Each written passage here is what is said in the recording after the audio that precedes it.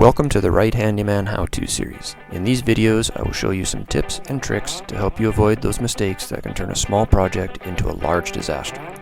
I'll be your host, Colin, the Right Handyman.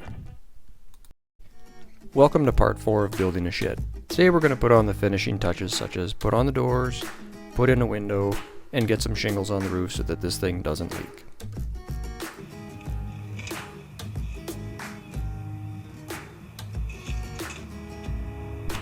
It's time to get the doors ready for installation. These doors are pre-hung on hinges, and what we want to do is attach a couple of temporary supports to them to make sure that the doors stay even to each other when we install them. The instructions for this shed are very specific about where you put these temporary supports because the holes you create with these screws are going to be used to attach something else later on.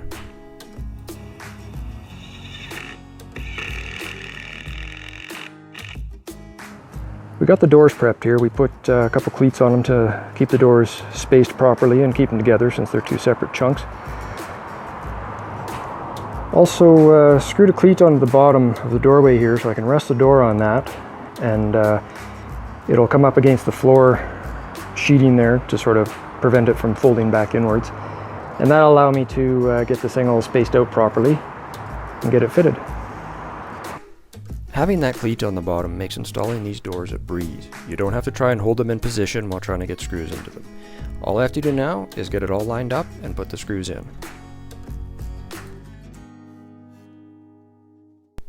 This shed comes with a metal edge for the doorway to help prevent damage from when you're moving your lawnmower and your bicycles in and out. After that, it's time to put a little bit of trim on the door to make them look pretty.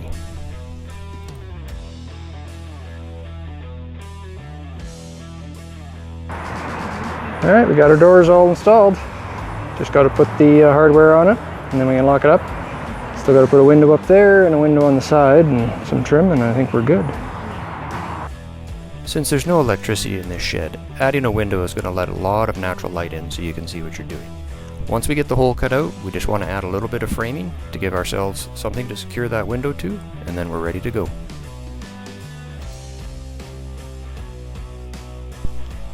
Be sure to put a good bead of caulk around this window opening before you install it. That's going to help keep all the weather out. After that, we're going to install some quote-unquote shutters that I had built previously, which are going to act as trim, and once those are in, we're going to add in the top and bottom trim, and our window will be complete.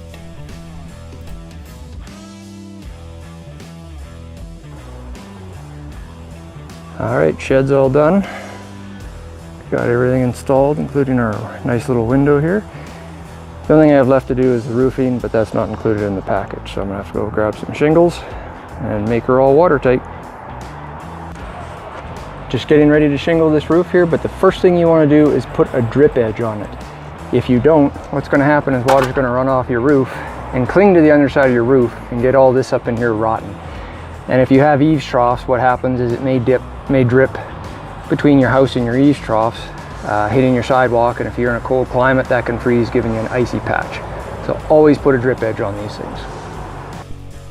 Once your drip edge is installed, the first thing you want to do after that is install roofing felt or tar paper. This is just an added layer of waterproofing for your roof to keep that water from getting inside. After your tar paper is installed, what you want to do is put your starter row of shingles on. Basically take a shingle and turn it upside down and put it down, and you're going to want to nail this very close to the bottom to keep the wind from prying it up. This is the equivalent of the overlapping shingles as you go up, but the first row doesn't have that, so you need to create it.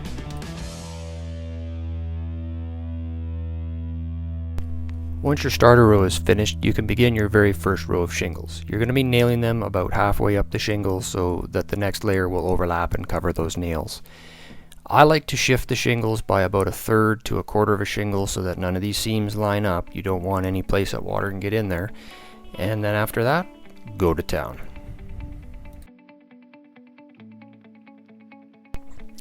After you're done shingling, you want to put on your ridge cap.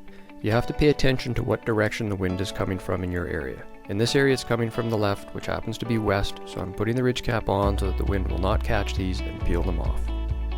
Congratulations, you are now finished with your shed. It's watertight, everything's in place, no rodents are going to get into it. You can begin to put all of your stuff in there to store it so you'll never see it again. All it needs now is a coat of paint.